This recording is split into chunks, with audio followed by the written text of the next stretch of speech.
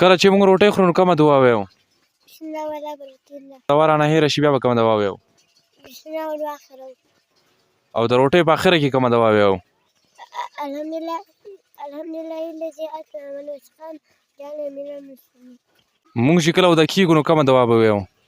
اللهم باسمك أموت وأحيا. او کله چې سهار کې د خوب نه پاڅو بیا به کومه دوا وایو؟ الحمد لله الذي أحيانا بعد ما أماتنا وإليه النشور. کله چې موږ جومات ته دنده کېږو نو کومه دعا به وایو؟ اللهم افتح لي أبواب رحمتك. او جومات نه چې راوځو نو کومه دعا به بیا وایو؟ اللهم إنا نسألك من فضلك ورحمتك. سورلۍ ته د خطر دعا راته ووایه. الحمد لله الذي سخر لنا هذا وما كنا مقرنين إن إلى ربنا لمنقلبون.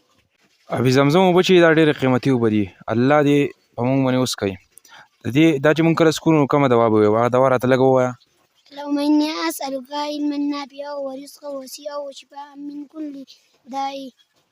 موږ چې کله اذان ختم کړو بیا به کومه دوا وایو؟